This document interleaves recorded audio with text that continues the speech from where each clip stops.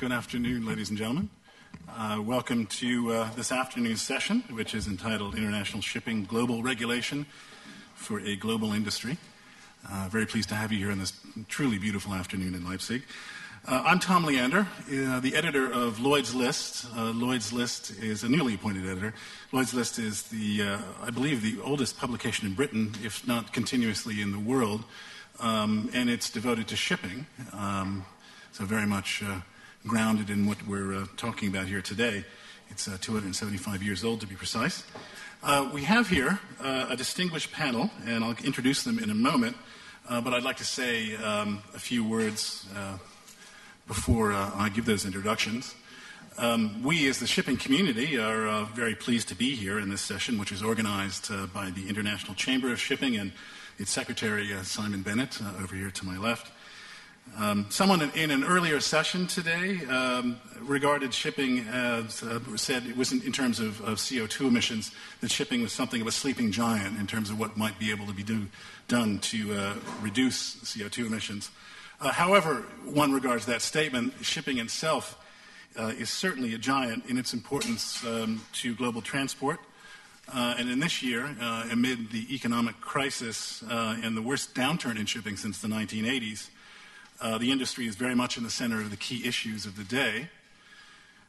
Economic crisis has bred a new round of protectionism, both generally in shipping markets and in all markets. And we as an industry certainly view this as a dangerous development, harmful to global trade and to the global shipping industry in general.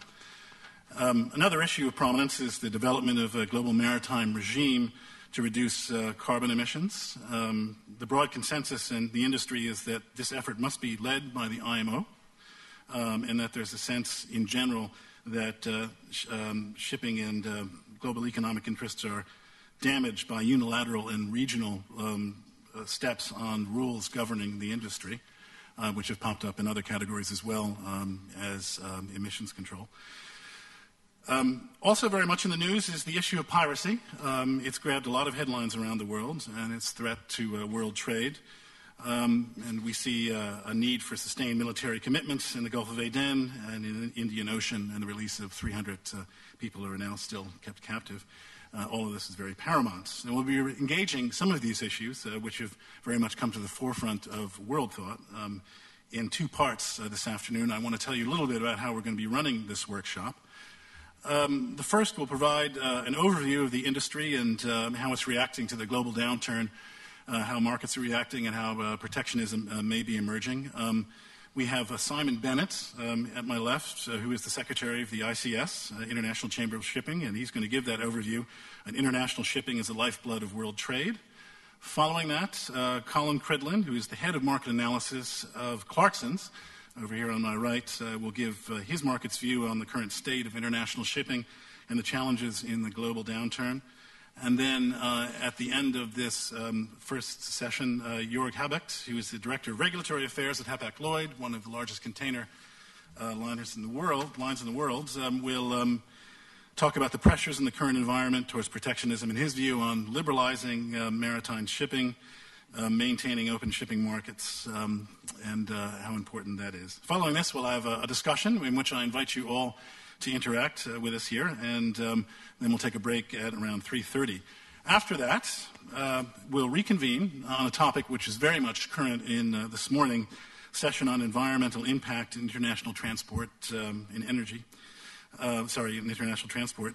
We'll be tackling the issue of energy efficiency and carbon emissions reductions and how that's going to be delivered by the shipping community. Mark Brownrigg, Director General of the UK Chamber of Shipping, over here at my left, will talk about the industry's track record of improving energy efficiency in the past and what the prospects of the future may be.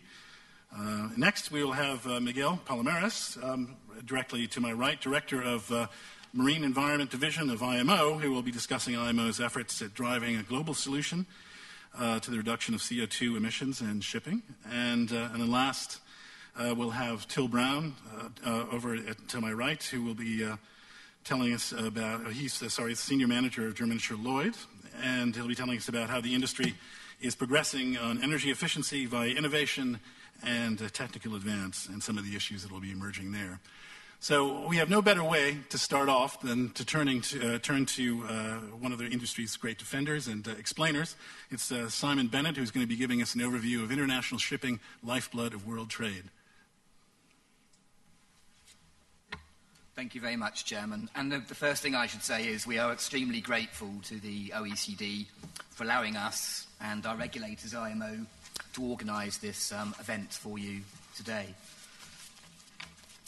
Before I begin, it perhaps would be helpful just to explain briefly what the International Chamber of Shipping is.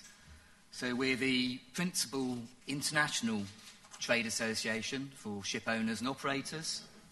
And this is important. Our members are national ship owners associations from around 40 nations.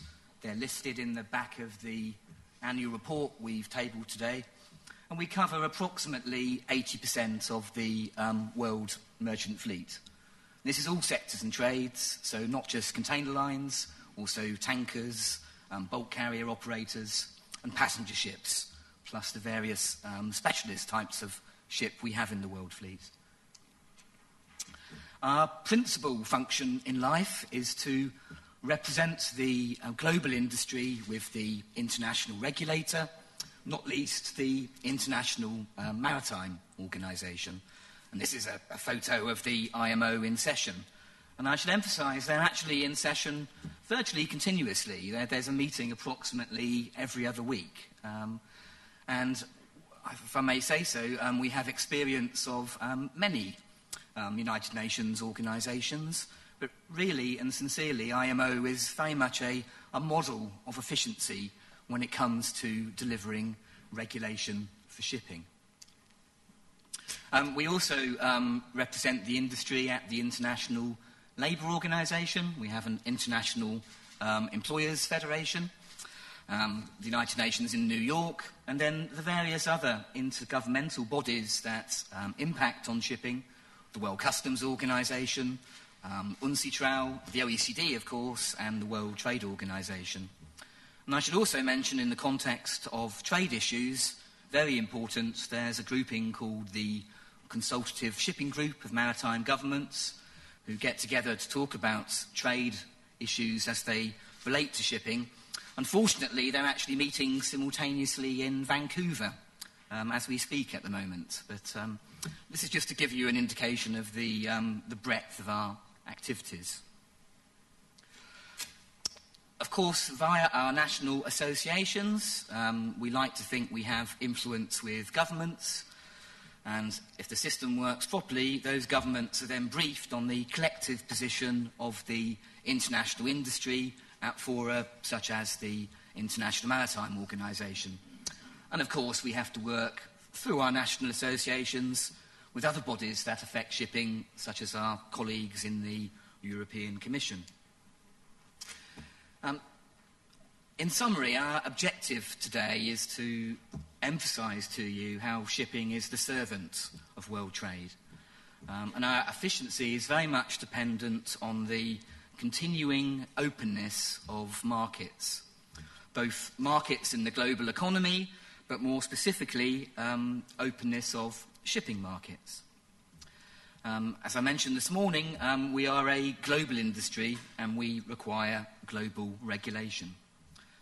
At the risk of stating the obvious, the same rules have to apply to ships at both ends of the voyage, otherwise we have chaos and commercial and competitive distortion, apart from incredible inefficiency.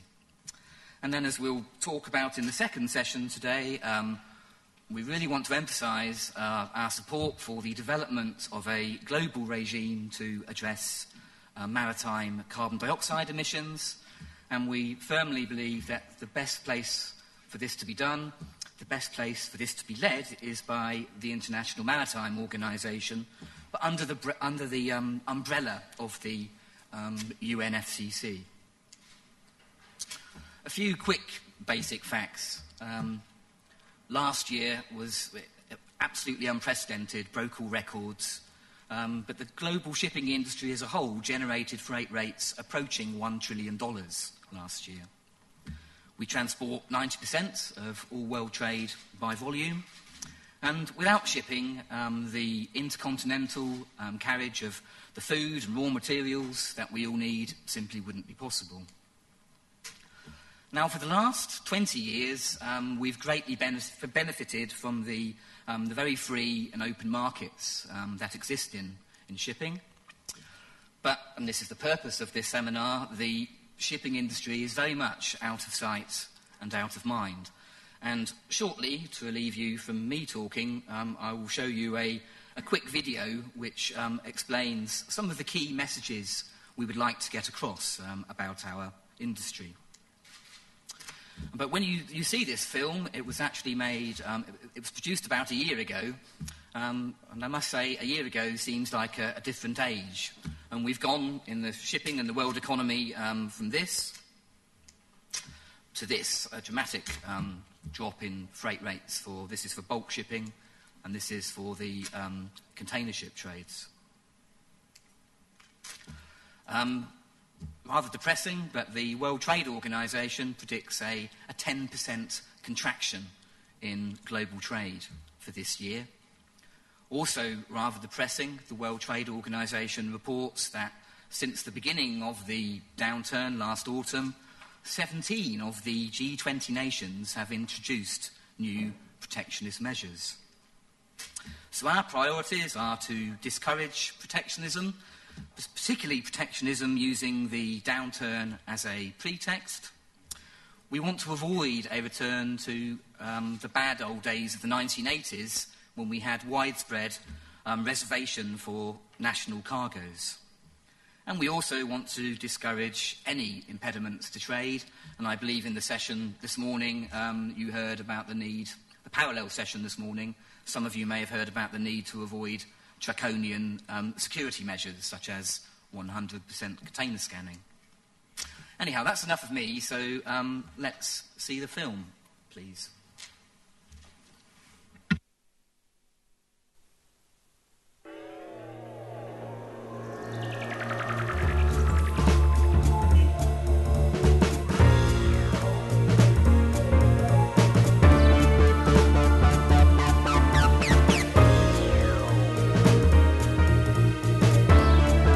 The international shipping industry carries 90% of world trade.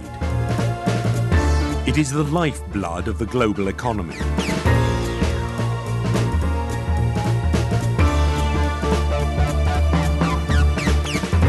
There are around 50,000 merchant ships trading internationally, transporting every kind of cargo. Without shipping, intercontinental trade, the bulk transport of raw materials, and the import and export of affordable food and manufactured goods would simply not be possible. Half the world would starve, and the other half would freeze. Ships are technically sophisticated, high-value assets that can cost hundreds of millions of dollars to build. Their safe operation and reliability are crucial to the continuing health of the world economy. And as world trade grows, the international shipping industry has responded to the demand for its services. United Nations estimates show annual freight rates of more than $400 billion, which represents approximately 5% of the total global economy. It is the availability, low cost and efficiency of maritime transport that has in large part been responsible for recent dramatic improvements in global living standards.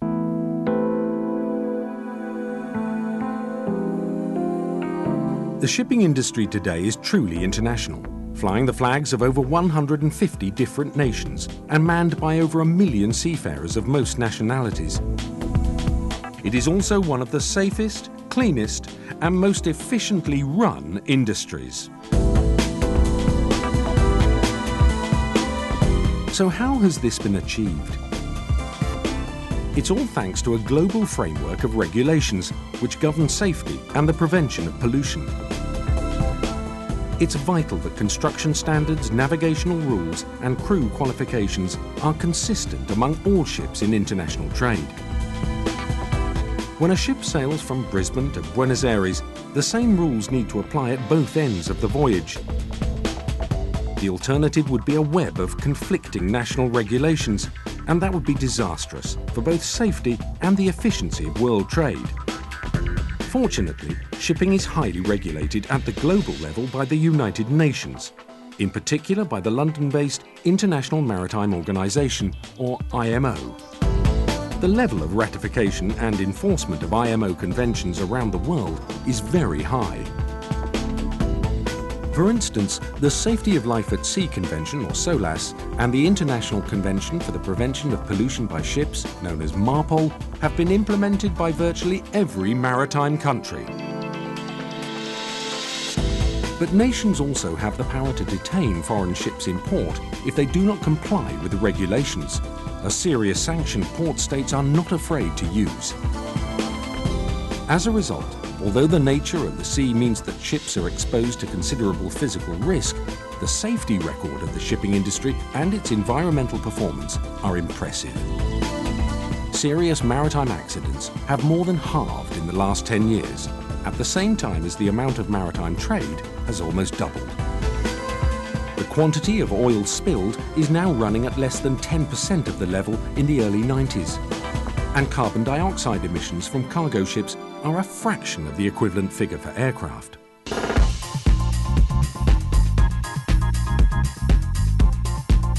There is a wide variety of merchant ships trading internationally, and they fall into a number of categories. Container ships carry most of the world's manufactured goods and products, usually on scheduled liner services. The latest generation of container ships can each carry as much as 10,000 heavy trucks. Bulk carriers, the workhorses of the fleet, transport raw materials such as iron ore, coal and foodstuffs. The largest bulk carriers can carry up to 200,000 tons of grain. That's enough to feed 500,000 people for a year. Tankers transport crude oil, chemicals and petroleum products. The largest can carry over 300,000 tons of oil, enough to heat an entire city for a year. Other types of ship include car carriers, gas carriers, heavy lift vessels, and ships supporting the offshore oil industry. There are also a large number of smaller general cargo ships. Ferries usually carry a mix of passengers, cars, and commercial vehicles over shorter distances, and the number of luxury cruise ships has also grown greatly in recent years.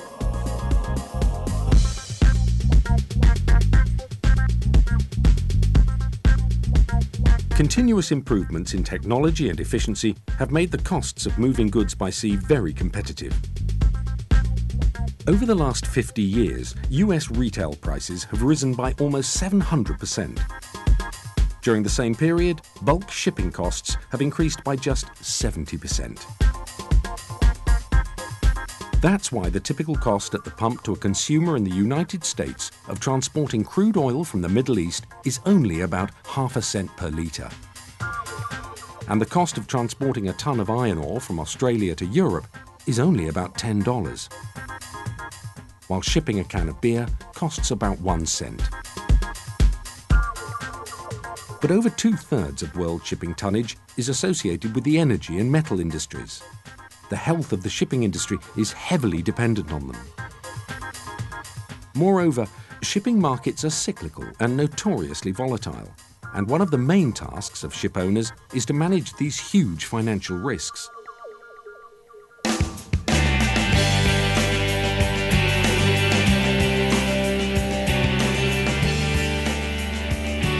As we've seen, shipping is amongst the safest and most environmentally friendly forms of commercial transport.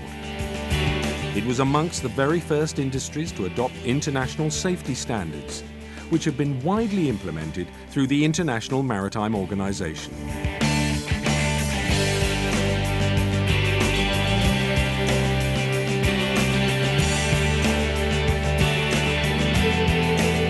In recent years, the world has seen a major shift towards industrial production in Asia. This has in turn brought about a significant improvement in global standards of living. It is only the international shipping industry and the low cost and the efficiency of moving goods by sea that has made this possible. Shipping is indeed the lifeblood of the global economy.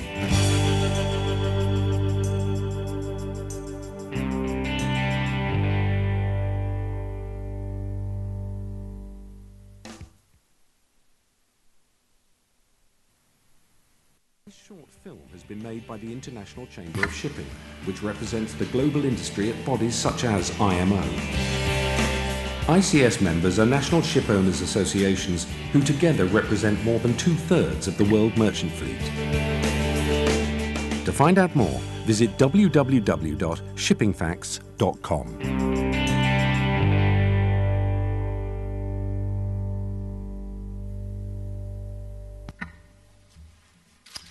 Well, thank you very much, Simon. Before I move on to Colin, actually, I just wanted to shoot a couple questions at you. If that's okay. One thing you had mentioned about, you referred to the influence of shipping industry on governance. I mean, sometimes shipping is described as an invisible industry because of its global nature. Can you talk about the level of influence from your point of view and what you do, your organization, that shipping has with governments and maybe where that should go? Well, of course, the level of influence we enjoy is never quite as great as we would like it to be, but I think it's fair to say that we do enjoy an extremely good relationship between our national ship owners associations and their respective national maritime authorities. However, as a general remark, I think it's fair to say that in terms of political priorities, transport generally is fairly low in the food chain. And within transport ministries, I think it's fair to say that shipping is at the very bottom of the food chain, and that's something which we need to try and correct. And certainly we need to. Relative to the openness of shipping and its importance to world trade, when you're talking about a rise in protectionism in shipping itself, is there actually a danger that when the economy is starting to come back, that protectionism against shipping could actually clog that and stop, or not stop it, but impede the progress of growth? Well, I don't want to spoil Jorg's thunder, because I think he's going to speak on this in more detail. But our concern is always to be extremely vigilant with regard to any development that might lead to protectionism. At the risk of generalisation, for example, post 9/11, we've seen moves with regard to tightening up security in the shipping industry that in some instances, just perhaps concerns about security were being used as a pretext for measures to protect national industries. But I think Jorg will talk more about the issue later on. Fair enough. Just before we move on, one question, just because I'm curious. Everyone is banding around this statistic about 17 of the G20 instituting protectionist measures. Do we know who hasn't?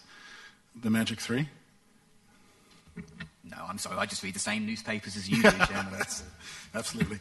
Can we then move on to Colin Cridland, who is going to tell us about the international shipping market and challenges of the global downturn? And thank you, Simon.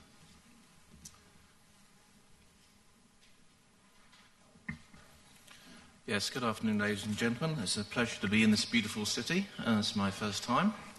Having seen that excellent presentation on the importance of shipping to the global economy and the lifeblood that it is, for certain, I hope to shed some light on the economic environment in which shipping faces and the challenges ahead. First of all, the demand for shipping is derived from the demand of the commodity which it carries.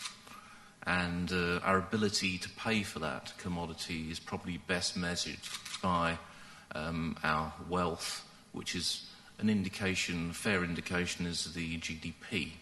So when we see this particular graph, which shows in red the main engine of the dry bulk demand, which has been China over the last few years, against the world average, which is shown in the blocks, and the advanced economies, or so-called advanced economies, which are at the bottom of that line, we can also see that we're into a recessionary period, which everyone's aware of, but it's the severity of that that is, of course, of concern to us all.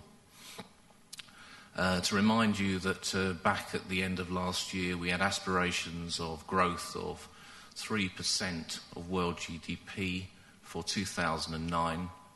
We had a shocking news that had gone negative to 0.5% in early 2009. And now the IMF has revised it down again to minus 1.3%. As you can see, this is the lowest level for some time.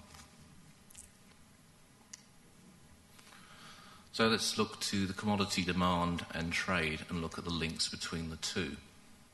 First of all, let's look at oil. Myself, I'm a tanker analyst, so I'll always start with this. In fact, we are petroeconomies, and oil is the most important commodity that is transported. Here we can see that the 2.1% drop in oil during 2009, and if it is to be believed, and you can see here the relationship between GDP and oil demand, if we are correct in the assumptions the IMF have, that there will be a turnaround, then you would expect there to be a 0.8% increase in oil demand next year. Obviously, we look forward to that. In China, this is where most of the focus has been in shipping in the last few years, particularly on the dry bulk side, but also consistently it's been a message on the tanker side as well. It's been a huge economic growth within China. We've already touched upon that red line there in the previous chart, and you can see the correlation there between oil demand. But if those numbers are to be believed, we've got a lowest level of GDP in China for some time. It's at 6.5% for 2009. Oil demand is considerably lower, showing a drop to 1.3%. That's a drop too, so it's still positive. But at those sort of numbers, there is concerns that those figures for China are a little bit on the high side. Personally, having visited China at the end of last year and looking in particular in one city there, I saw a lot of great talk in the UK of recession. When I looked in what was happening in China, I could see real evidence of that. I could see masses of construction projects stopped, lots of talk of a lack in demand of domestic goods, and a drop in car production, and a lot of talk of unemployment. So I think always China is something to watch. Moving to seaborne trade for crude oil, we have here quite a considerable drop within a quarter-on-quarter of 7.4% for the first quarter of 2009. We've also got a bit of a plateauing effect going on since 2005. So when we have seen increases in the tanker market, it's not backed up by fundamentals on trade. It's backed up by changes in the efficiency of the fleet, port delays, lack of supply coming in, vessels going out for conversion, and has given us a feeling perhaps of a false market. We know actually the fundamentals here speak that the seaborne trade in crude has not risen to any great extent over the last several years, and in fact has now declined sharply. Not quite so for the oil products, which are carried by product tankers. These are smaller ships. They carry the finished, refined product, and the difference is there is that you're looking more at a distributive trade initially, but the structure of trade has changed because there's not been much refineries building in developed countries. Europe is particularly short, for example, of diesel. It has to take diesel oil from ever greater distances, particularly in Middle East or Korea or India and places of that nature. So this has had a shown a slightly better performance than the crude oil sector, but the overall volumes are obviously a lot smaller than the crude oil. Turning also to the dry bulk sector, you can see here that we've had many years of growth in seaborne trade, running at about 3% per annum, 2.5–3%, which has been fueling increased freight rates, particularly driven by China, particularly driven by the construction industry, iron ore, steel, etc. Also energy in coal. So coal is used in the steel-making process, also used in power plants. And you can see there the yellow bars are the agricultural agribulks. But more particularly, 2009, we forecast that this trade, instead of going up at a relatively strong rate every year, it's fallen at an even stronger rate of 8.4% in 2009. So we're painting a fairly negative picture of where seaborne trade is going in reaction to the world economy. And briefly touching also on the container trade, we can see that in that particular sector also we've seen a growth in the positive sense, and now we've got a drop of 5.5% for 2009 that we forecast at Clarkson's.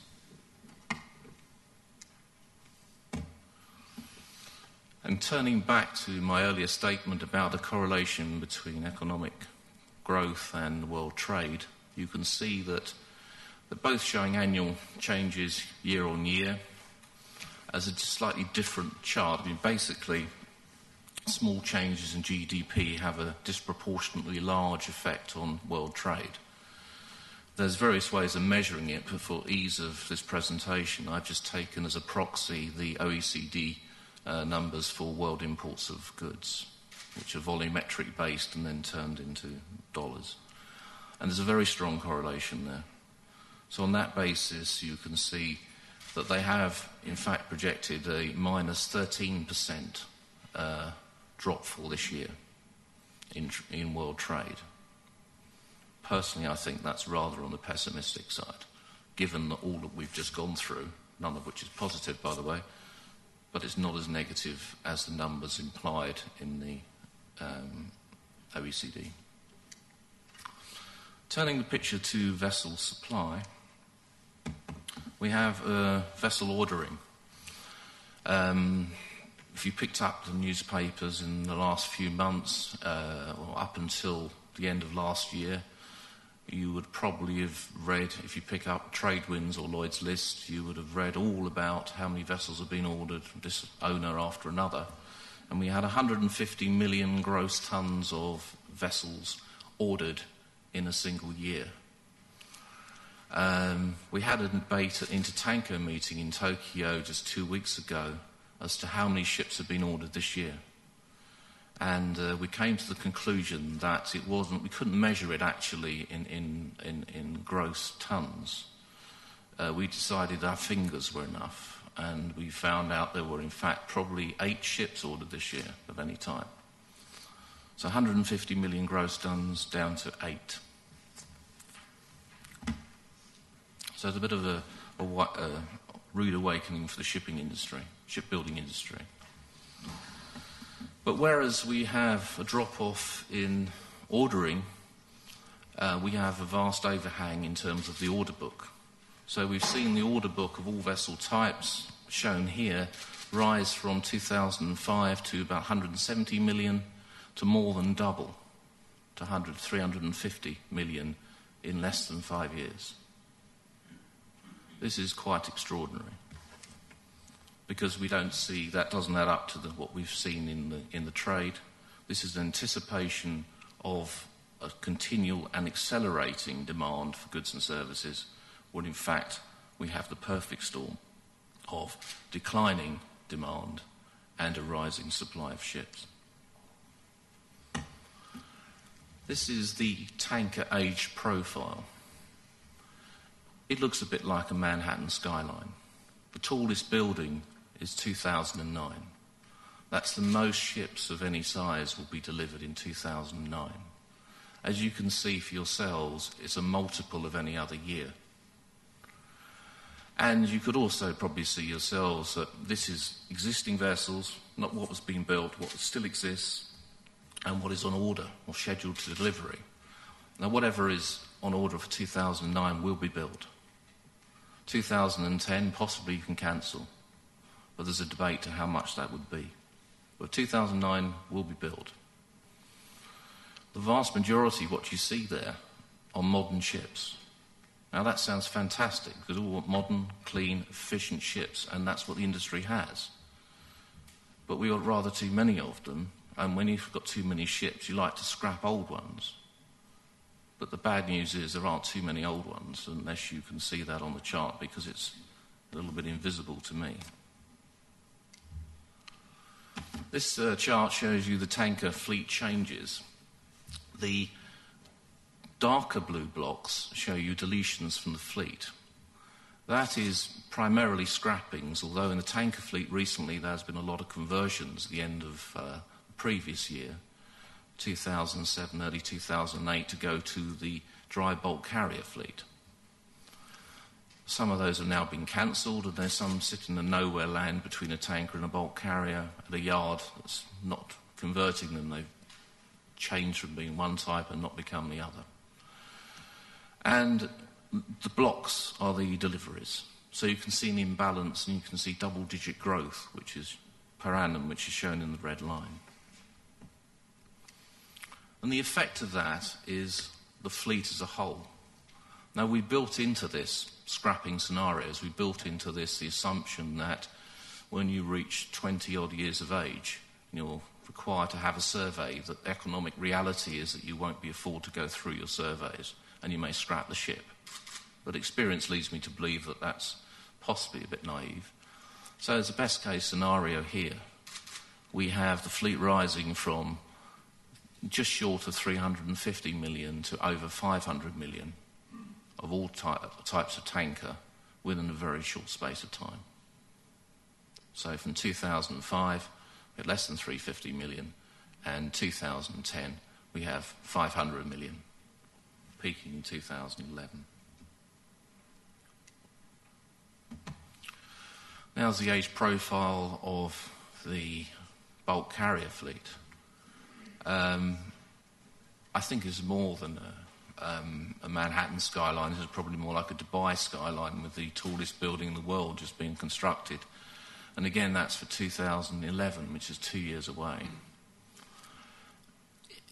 Words escape me to describe how many ships there are, but I think you can see for yourself. I think I calculated that we had 30 years of Cape-sized bulk carriers delivering in 3. And there's the same picture for growth versus additions, deletions, and net changes. So for 2010, we have considerably more than 15% annual growth, which is quite extraordinary. And not surprisingly, we get an ever larger fleet. So for 2005, we get 350 million deadweight, turns into almost 600 million deadweight by 2011. But I hope there's a lot of demand out there. Container ships, similar picture. More of a crowded skyline, showing you that there's been a lot of construction in the last years. And you go back before the mid-90s, not a lot of ships compared to what's there now. So again, the vast majority of ships are modern. And again, the fleet changes, which you're now familiar with. A lot of additions in the light blue, very few scrappings in the dark blue. Double-digit fleet growth. And not surprisingly, a large container ship fleet development. So we rise from something in the order of, what's the number?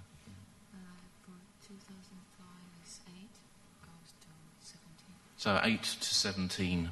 2005 we have 8 million TEU, down to 17 million in 2012. So markets, at the end of the day, you build a ship, you hope to earn money, got to pay for it somehow, right? So we see Aframax time charter rates. So these are one-year time charter rates. When, to explain for those people not involved in day-to-day shipping, the time charter rate is where you let a ship out for a period of time and it gives you a net return, where the charterer pays all the variable costs like the port and the fuel, so it gives you a net return. And people use this as the basis of measuring whether it's a good time to invest or a bad time to invest in a new ship. And it's better than the spot earnings. But you can see from it never reaches the peaks or the troughs of the spot market, so it's a much better mechanism. But even there you can see more than $40,000 a day has declined to $20,000 for an Aframax. So it's halved. Bad news, though, is the spot market today in the North Sea for an Aframax, you'll be earning less than $2,000 a day. Just to put that into context. As you see, the decline in the product tanker is less dramatic. Well, that large rise in the dry bulk market that you see there, and those twin peaks, are extraordinary. They were more extraordinary for the larger vessels, which are called Capesizes, but for Panamaxes, which is a workhorse of the dry bulk market, $80,000 a day time charter down to about $15,000. And it's quite a dramatic readjustment. So look at the returns, the earnings before interest, tax, depreciation, amortization. For each of the ships, there's a table you can study at your leisure, but you could look through each of the major indicative types, whether they be tankers or they be Panamax bulk carriers or container ships, and you can see that we're at a fraction of where we were. An MR product tanker actually now about $35 a day. That's not 35,000, 35. Compared to being 21,000. So there's a little bit of a readjustment going on there. Just so that you understand costs versus earnings, there are some complicated charts I put together here. This just shows you the ones for tankers. The vertical scale shows you the costs or earnings in dollars per day. The parallel bars that you see, the top one is the time charter, the bottom one is the average time charter equivalent, which is a spot market, as it is in the average for the last month. And you can see for a new ship, which is a vessel that's delivering or been delivered in the last few years, that already on the Aframaxes, the earnings are below costs. The same goes for the MR product tanker by a substantial margin. And if you move to the Panamax bulk carrier, same thing, by a substantial margin. Now, we only get involved in the time charter element at Clarkson, so I can only give you the time charter rate for container ships. I can't give you the spot market because they're liner trades. However, you can see on the time charter, which if you follow the logic of other markets tends to be higher than the spot rate, we have a massive disparity between the level of capital costs per day, operating costs per day, and what you can actually earn on the ship. So we're into some very serious negative numbers, and we've only just arrived there. And we've got more ships coming. So, how would we sum up all of this? Well, there's a less than certain economic outlook. We have the IMF, who have had a 3.8% adjustment in their outlook for 2009, which isn't finished, of course, in just 7 months. Oil demand, we know, is closely linked to GDP, but we also know that energy efficiency and alternative energy is also going to impact upon oil demand. I'm sure you heard some of that this morning. Seaborne crude trade has already fallen by 7.4%. I'm sorry I'm not brave enough to tell you what I think it might be in the year ahead. I have a very good colleague of mine that's brave enough to say that the forecast for dry bulk for this year will be 8.4% fall. Container trades, as we said, by 5.5%. Okay, we're not as pessimistic as the OECD, or ultra pessimistic for this year, 13% drop in world trade. Yeah, we're less than we're about just over half of that. The shipyard ordering boom is over, but there's a massive order book overhang. That means that shipyards are going to be hungry for business, their cash flows are going to be poor, and we're back to the situation that we had in the 1970s. But previously it was in Europe with massive overcapacity of shipbuilding. Now it's in the Far East. Massive fleet capacity growth in the next 3 years. The tanker fleet will grow by 30%, the bulk fleet by 42%, and the container fleet by 37%. That, of course, assumes a moderate level of scrapping, and it assumes that all the ships that are on order will be delivered, which is a big if. Earnings are substantially reduced since last summer. So we have product tanker earnings 30% down, crude tankers 55%, dry bulk 80% down, and containers 75% down. So earnings for all modern vessels are currently below cost. So against that, I think I have to issue a warning. And the warning is that all new regulations, however well intended, impose more cost on shipping. And you have to say at the end of the day, who pays? The MR product tanker is probably 2,500 extra a day to accommodate all of these costs, or half the costs that have probably been talked about in the last few days. So, who pays that, and where do we go from here? I shall leave the floor open for questioning, and I thank you for your kind attention. Thank you very much, Colin. Very interesting and in some respects very gloomy. I just wanted to follow up on a few of the points you made before I invite the audience to chime in with some questions too. One thing, I'm just curious in general, 13% the OECD prediction is overly pessimistic. You say Clarkson's about half of that. And I see figures of 10%. Why are you more sanguine? I think it's because on the bulk side, for example. On the bulk side, for example, we find that there is a stronger demand than anticipated within China. Or now, also shipping demand is not necessarily determined by the fundamentals that are there, because you have, for example, contango going on with oil, differences in the price of oil for today as opposed to the price of oil to tomorrow. So there are vessels engaged in oil storage around the place. So bearing in those things in mind, and also more complicated shipping scenarios arising, then we would be less pessimistic than 13%. Well, I think that's too much. But 8% is pretty bad. Indeed, it is. Probably a question you don't want to be asked, but when do you think a turnaround will be reflected in shipping?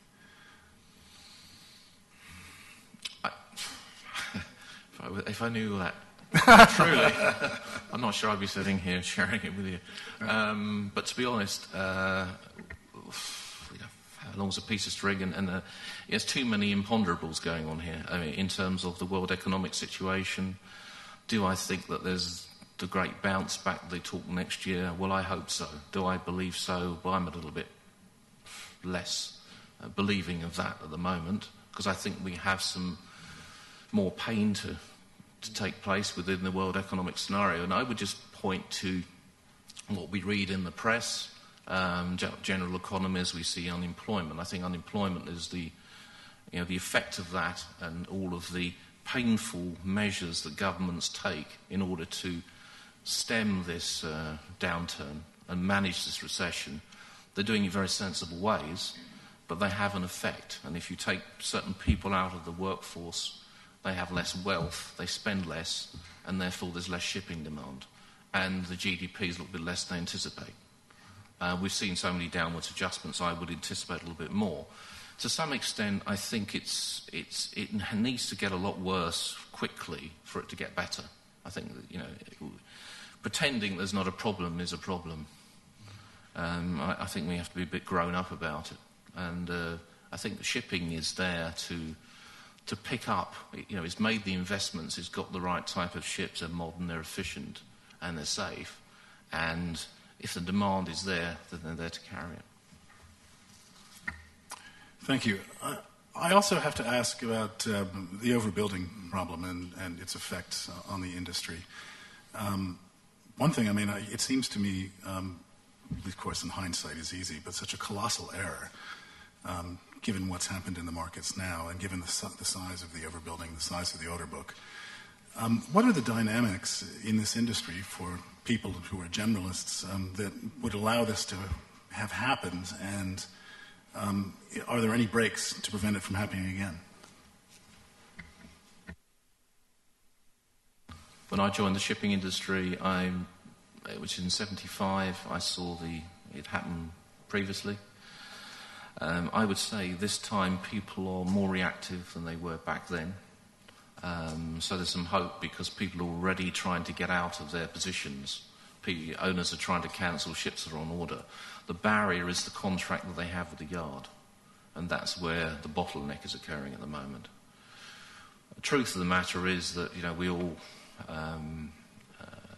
have benefited from the order book, and we would like to see that the demand is there, but it clearly isn't to the extent.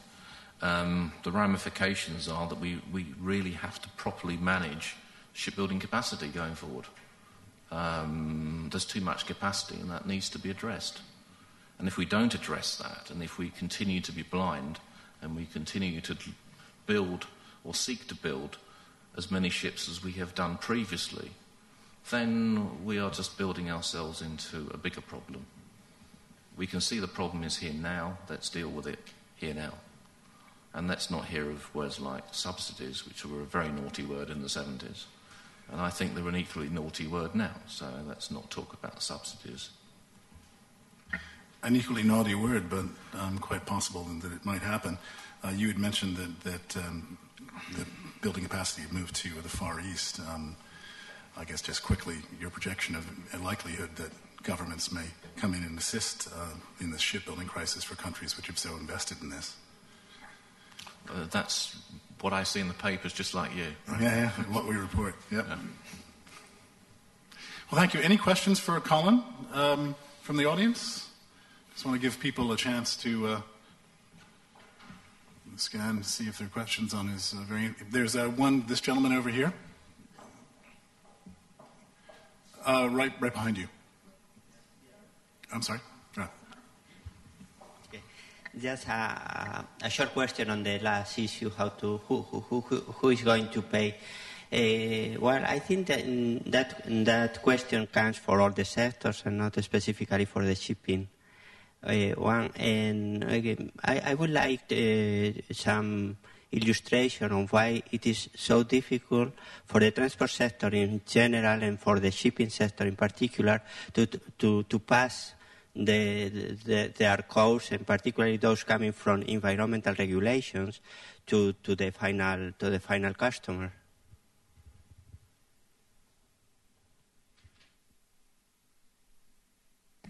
If there's an oversupply, I'm not a container expert here somewhere that can explain how the container market works, but if you're going to find a charterer out there that wants to pay too much for ships, because it's the price that you pay the freight is an interaction between the supply and demand. If there's twice as many ships as you need, okay, then they're not going to pay.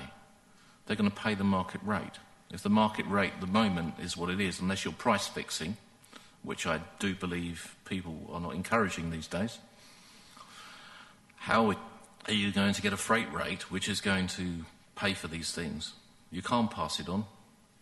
And if you did pass it on, would that not have economic repercussions in any case? So whenever you put something that imposes more cost upon such a thing, you have to look not only do the proper cost-benefit analysis from what you're trying to achieve, but what is the ongoing effect, not just in the shipping market, because that's just servicing the world economy.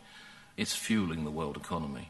If it can't fuel it, then there's something wrong with the world economy, and you don't want to make that world economy more burdened with costs. I mean, I'll put it to you. Do you want to pay, several times more for your goods than your neighbour?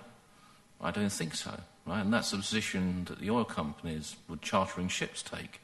If there's a tanker there that they can take at this price, why would they take one 10 times the price somewhere else? Why would they do that? And why would their shareholders wouldn't like that particularly? So that's why you don't pass it on. You can't. It's a free market. Well, thank you very much. There is another question over here, the back row. Thank you. Phil Potterton from the Australian Government Bureau of Infrastructure, Transport and Regional Economics. I guess just some questions which I hope you'll pardon because they're based on not knowing a great deal about the sector, and you have prefaced the session by saying that the industry is somewhat below the radar. But this morning in the infrastructure session, we were told that the world has sort of passed the peak of the protectionist recurrence, and that it looked like we were looking at open markets, continuing safely, if you like. So could we get a little bit of elaboration of the sorts of measures that are coming in from these various countries? Secondly, if I may, just the mention of the cost of regulation, the extra $2,500 a day. How much is that in the scheme of things? Are there any offsetting benefits from that? And I suppose more broadly, what should governments be doing in your view in this current environment? Those are three terrific questions. Actually, our next session regards protectionism in part. But first, I'm going to hand over that first question on protectionism and its rise to Simon Bennett. And then I think it might be a good idea when we return to general discussion after Jorg speaks to cover your questions 2 and 3. So, Simon, please. Yes, on the protectionist question, this is just an example, and my colleague, Jorg Hagbrecht, will talk in more detail about this. But just one example to cite. In the United States, US Congress, back in 2007, it passed an act to promote LNG shipping. This is US flag LNG shipping and the use of American crews on LNG shipping. And it's a very complicated issue, but it's related to the approval of the massive expansion of LNG terminals in the United States. Now, there's a very fine line between promotion of your domestic industry and protectionism of your domestic industry. But that's just one example of the kind of issue which we feel it's important to be very vigilant about in this very difficult time. Well, thank you. And I promise to get back to those the other questions about absorbing the cost of regulation and what governments should do in our Q&A afterwards. I think we should move directly over to Jorg, who's going to be telling us about liberalizing maritime shipping, maintaining open ship markets. Jorg, do you have the clicker? You do. Good. Yes, good evening, gentlemen. I think a lot of what I'm going to tell you, you have... Is it okay? You have heard already before from my speaker, from my colleagues. I basically wanted to bring 3 major points from a liner carrier's point of view, but a number of them, of course, apply to the whole industry, across to you, and that is that the present crisis should not be used to encourage politicians and regulators to come up with new protective measures, and they should keep the markets open. And the third point really is that the industry and the regulators and politics need to be in a dialogue in order to tackle the upcoming challenges. And I give you some examples, some more practical examples from the past. It was almost 130 years ago when our director at that time at Hapag, Mr. Adolf Godefroy, want of protective measures imposed by governments. And the background at that time was that the German government was considering to introduce preferential taxes, which would actually have given, of course, a benefit or a competitive advantage to the German carrier. But already at that time, Godefroy clearly foresaw the risk of retaliation, that trading partners could impose similar measures to encounter the German measures, and thereby the German measures would have caused more damage than good to the German carrier. A different example is that at the mid-70s, the German Ship Owners Association, the VDR, asked for political incentives to counter at that time increasing competition by the merchant fleet from the Comecon state, the eastern states. That is not really a contradiction to what Godefroy thought before, because the one was asking for no protection, and the VDR was asking for measures to guarantee a fair and equal competition so that maritime carriers could compete on equal terms. And here, I only can say again, maritime shipping is a global industry. On this chart you can see the major trade volumes moved in containers, and it also shows you in brackets the compound annual growth rates from 2009 to 2012. And luckily enough, you will see they are positive. And global commerce today basically is provided with an, I would say, almost perfect maritime industry. Possibly becomes more perfect when we can control the weather, but the merchants and the shippers can get their cargo at any time, to any point on Earth, to any major trading place, and at a high frequency. And the maritime infrastructure really evolved quite slowly over the past 2 centuries, but it gained a special momentum when the containerization came in the mid-60s. And compared to those days of the national cargo reservation and flag protection in the until the mid-80s, maritime liner shipping today operates in a relatively liberal market condition. Maritime shipping is subject to a number of influencing sectors and parameters, and deregulation is only one of them. Certainly the most driving force and most important factor is the growth of trade, and that depends on globalization and the world trade as such. Shipping very much, as has been said before, shipping very much depends on the trade and on the commerce. As has also, you will find some statements here that have already been made by the ICS. Shipping industry is inherently servant to the economy, so the contraction in world trade volume was only felt by the container shipping in late 2008. Basically, it started about November.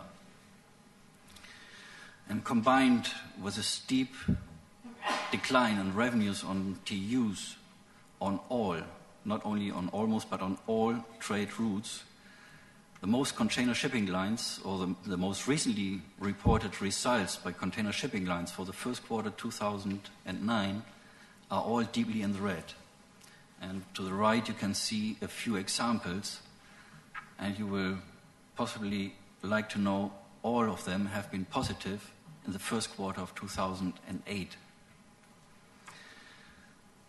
Nonetheless, we are not that pessimistic. You can see it's sometimes difficult to judge when we talk about growth rates what's meant. Is it the GDP? Is it the value? Or is it the containerized volume?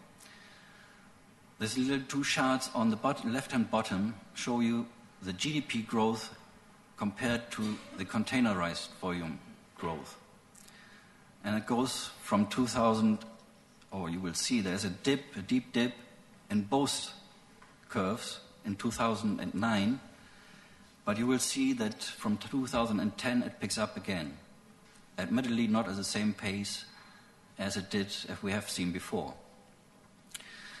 Therefore, Hapag-Lloyd, we believe that the globalization is not reversible. It has shown and has proven to be a success. And there is basically no structural problem in container shipping. And on the long run, we think that supply and demand will balance. So in conclusion, the shipping industry must prepare for a very rough ride in 2009 and possibly 2010. But new protectionist measures are certainly the least that the shipping industry needs. And how does the world react to the crisis? As we have heard, the G20 summit in London, leaders used to build and rebuild confidence and trust, mainly in the financial system, but also to kickstart international trade. That resulted in the setting up of a financial stability board, and the IMF has been given more money and more power to boost the economies of the world. And as we have heard already, and it's worrying, the World Bank reported that 17 out of the G20 nations have already introduced some new protectionist measures only between November 2008 until March 2009. And also we heard that the Buy American provision in the US stimulus bill, it caused strong concerns among trading partners, and the maritime aggressive promotion of the US flag LNG shipping and crewing also causes there is a further source of concern. But a number of countries have also introduced some kind of trade measures and financial and fiscal programs that are absolutely positively and stimulate economy, and they are within the boundaries of the WTO.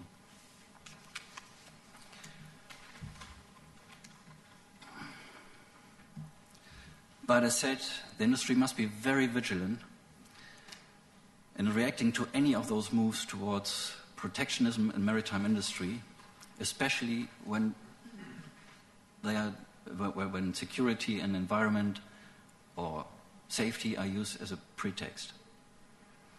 And I understand that the IMO will make the statement tomorrow. The ICA chairman will make the statement tomorrow also towards the ministers of transport. Now, competition law, liberalization and competition law has seen some dramatic and I would say very fierce development in the last 2 decades. It started with a revision to the US Shipping Act, that was the Ocean Shipping Reform Act in 1998, and it ended with the European Commission's abolition of liner conferences on all European trades, which became effective 18th of October last year. There are also worries that the cooperation on the operational field amongst container carriers or liner carriers in consortia might not be extended beyond 2015. But we really believe that this is one of the last fields of regulation or non-liberalization that should be maintained, because it has proved over the years to be of benefit to the shipping, to the container carriers as well as to the shippers. And I also referred to a very interesting report that has been prepared by Mary Brooks and William Black for the yesterday's workshop, where it has been explained in very deep in length. Nonetheless, the trading barriers on most trades are gone.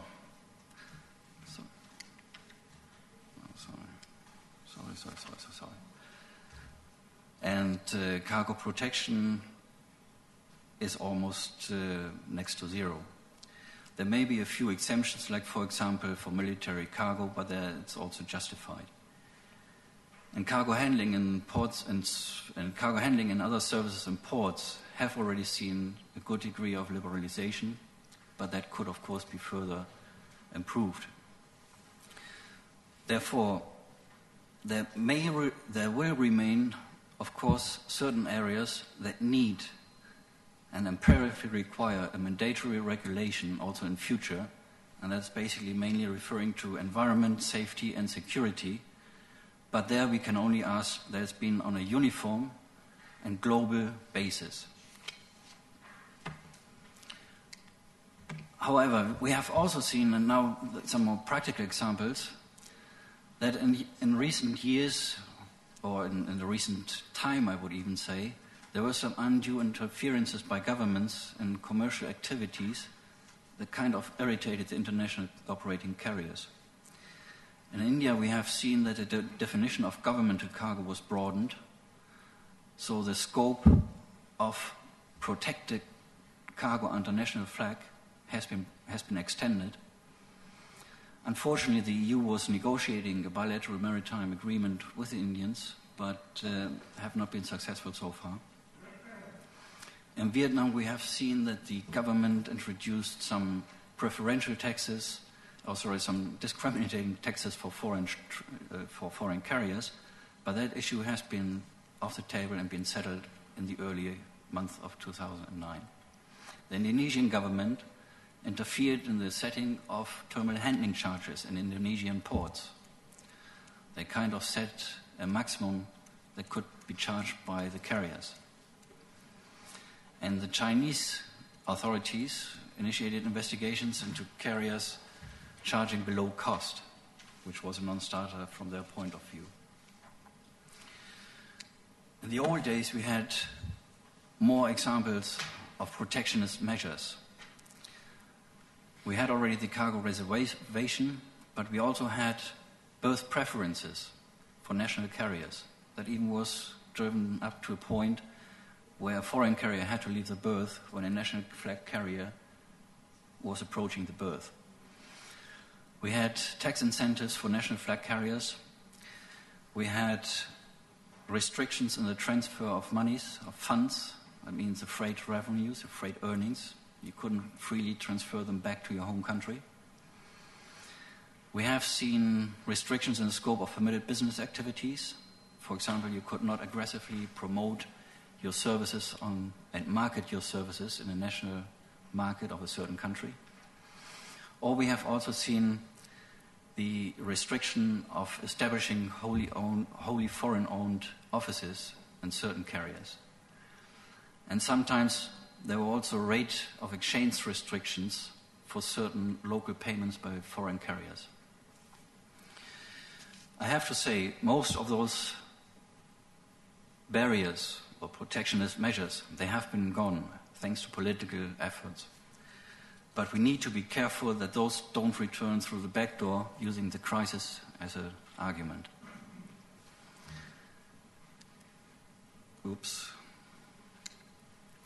As said, we are living in a very global industry. If we only take Hapag-Lloyd, we are all operating about 130 ships.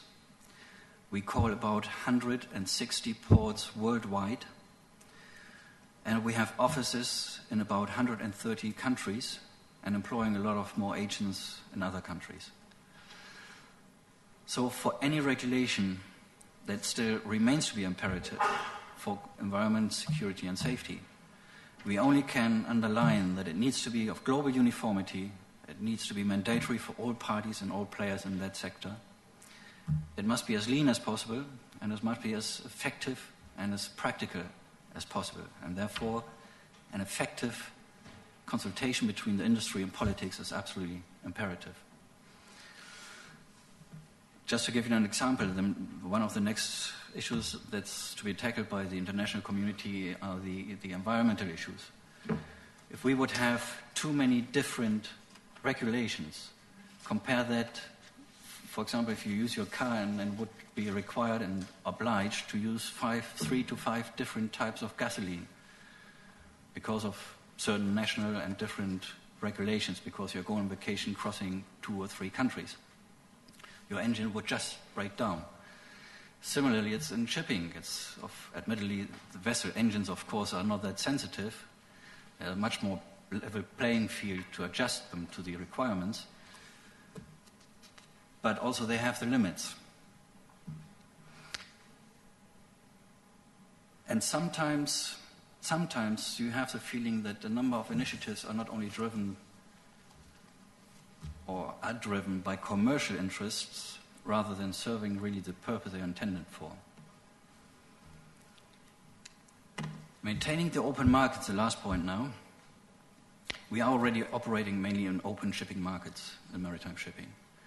There are little exceptions, like, for example, the cabotage, which is, of course, a major hurdle in the US, in China, and in India because of the length of the coastlines.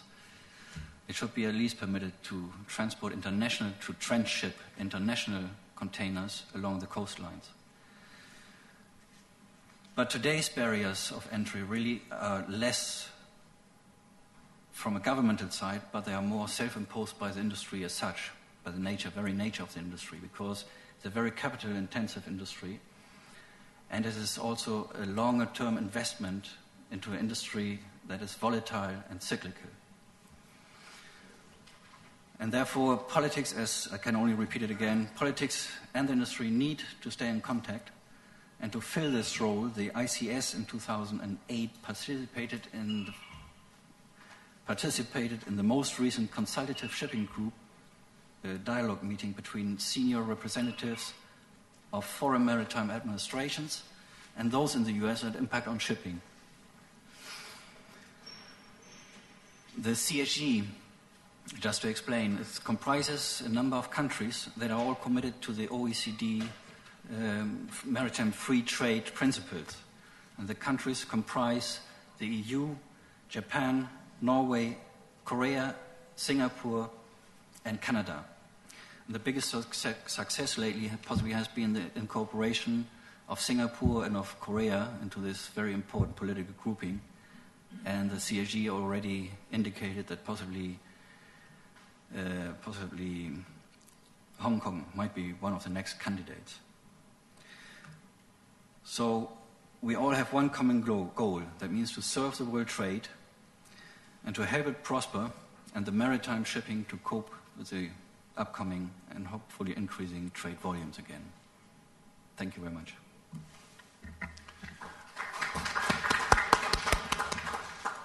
Thank you very much, Jörg. Before we get into some of those general questions that we talked about before, I just wanted to ask you a question on one of the details that you had was on the conferences, the abolition of conferences. Have they, as a result of the abolition of conferences, has it been reflected in the negative results that we've seen for the industry, particularly in the first quarter? No, actually, that started already much earlier, and certainly that had been a result of the very early anticipated oversupply or high supply of capacity. And the second point certainly was the impact of the crisis, and that just has led to a tremendous drop in average revenues. But I would not think or even say that that had to do with the deregulation of container liner shipping conferences. Okay, well, just one brief one from me. A lot of us have been talking about this fear that the crisis will bring protectionism back through the back door, and some of these elements you'd seen been erased when the market might creep back in. Just in your position at Hapag-Lloyd and given your view of the industry, have you actually seen this happening, or is it just something that you think is likely to happen as the situation weakens? We haven't seen it lately. It's just a matter, it has been existed in the past, so the crisis would be a good argument to re-implement something likewise. And there's an historical record for that. I mean, it's happened before. Okay, Simon Bennett, please. Yeah, just one thing I don't think we've covered, and of course that is whether we are successful in together negotiating a new WTO agreement on services. And shipping, of course, along with aviation, I think, is one of the last major international industries not actually covered by a global agreement on trade. It wasn't covered by the existing Uruguay GATS round. So we're very concerned to make sure that maritime services are codified by a WTO agreement. We have a patchwork of very good bilateral agreements, but that's not the same as having the protection of a WTO agreement, which is something we think is very important to be achieved. Thank you. Just to return to the question the gentleman from Australia had mentioned before, because it was interesting, it was broad and it was simple, and it sort of invites a little bit of discussion amongst all of us, and we have about sort of 5 minutes left in this session. I think some of the questions that you answered, whether protectionism is on the rise or not, was fairly succinctly described by Jorg. But there was a good second question about basically the costs, and I forget the figure that you gave, it was something per day, but the basic question was, is that a lot to pay if there's a good result from the cost of regulation? And then, moreover, in the shipping industry, we're always talking about how there should be a global solution driven by IMO on many problems and many issues. But in general, what should governments do and how should they interact? Does anyone here on the table have a response to, one, the cost of regulation and whether that's too much to pay, and then also how should governments play a role in all of this? Simon, you're the man. Yeah. I mean, clearly there is a balance to be had. A general comment, not so much with regard to the cost, and without wishing to criticise IMO at all, but I think everyone agrees that over the last 20 years there has been such a proliferation of new regulations that not just the shipping companies, not just the seafarers, they can't keep up with the regulations. The maritime administrations can't keep up with the pace of new regulations, and that all feeds into cost. But that's really a question for policymakers, how you get that balance right between what is justifiable cost and there's no such thing as taking safety too seriously. I mean, that's our first priority. But at the end of the day, there is a point when cost becomes an issue. Thank you. Miguel? Thank you. Just very briefly, I do appreciate the perception that there is over-regulation. I suffer that in my bones every day. I suppose the suffering would be much greater in the case of those who have to apply the regulations themselves. Although I would like to see this from the other point of view. It is being claimed today, earlier this afternoon, and it will be claimed later on, that shipping is the most environmentally friendly, efficient and safe mode of transport of them all. I would like to think that much credit should go to the regulatory framework behind it. Thank you. Thank you. Mr. Plemis, please, Chairman of the ICS.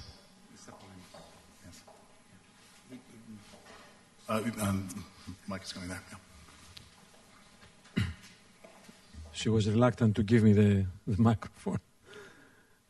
My name is Spiro Polemis, the chairman of the International Chamber of Shipping. I think I will try to very briefly cover not just the question from the Australian gentleman, but also Colin mentioned extra $2,500 a day. Who pays? And another gentleman asked the question as to why cannot this be passed on? Well, I think the first thing to the Australian question is that as far as the shipping industry is concerned, we would have no problem in accepting to the extra expenditure, provided this can be passed on. And this makes sense in the sense that unless we are able to do that, obviously the shipping company will go out of business. It is pure mathematics that unless the cost is able to be recovered, then obviously the company cannot continue to exist. So therefore, yes, we welcome the added expenditure, provided it adds to safety or to the protection of the environment, because we'll be talking about CO2 later on. But I repeat, provided this can be passed on.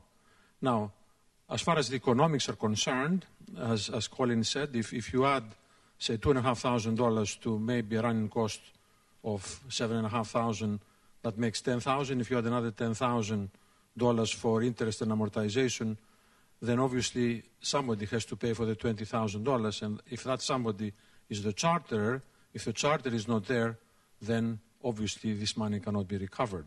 So it is pure market-based. Thank you.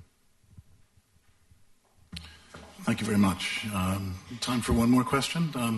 A lady here in the center. Good afternoon. My name is Vanya Ivanova. I work at the European Commission Directorate General for Transport and Energy. And my question is much more on the social side, because we have seen how many times you have said the quality of manpower also and different kind of international division of labor. And I wanted to ask you, are they certain thoughts going into the direction of protection of these people during the crisis, but also in general because they're moving from flag to flag, or they're so important but so very, very vulnerable. And social dumping is very well known.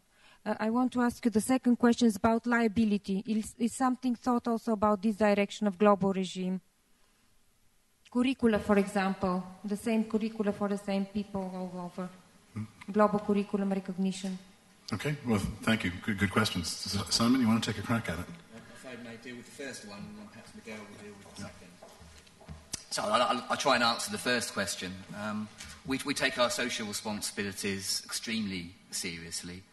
And in fact, we're unique as an industry in that at the International Labour Organization, we have our own special machinery for developing international rules that apply to shipping and provide social protection to seafarers. And it's comprehensive, it covers hours of work. We even, dare I say it, we actually have a recommended international minimum wage for seafarers. And more recently, we have a sister employers association, but with the International Trade Union, the International Transport Workers Federation, they've recently negotiated with governments an all-embracing ILO agreement, a brand new convention, International Maritime Labour Convention, and that will apply across the entire industry, and it should be coming into force, subject to ratifications, in about 18 months' time. Thank you, Miguel. Thank you, Chair. As to the quality of training, the human element is of paramount importance to IMO and its members, and I think it is of paramount importance to the shipping industry as well.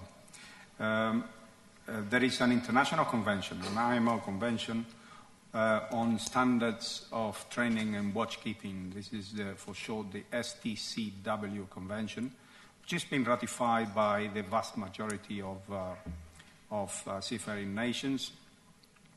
And this regulates the curricula for not only bridge officers and other crew, but also for the engineering quarters of the ship.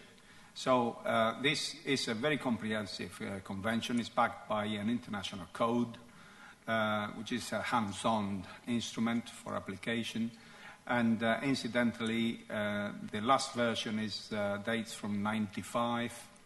We have detected some need for updating, and in fact, next year in Manila, there will be a diplomatic conference to adopt a revised, a deeply and thoroughly revised STCW convention. Thank you. Well, thank you very much for that interaction, ladies and gentlemen, and thank you, panelists, for this stimulating first session. Let's reconvene at 4 o'clock for our talk about carbon emissions reductions and energy efficiency, and I look forward to seeing you then. Thank you.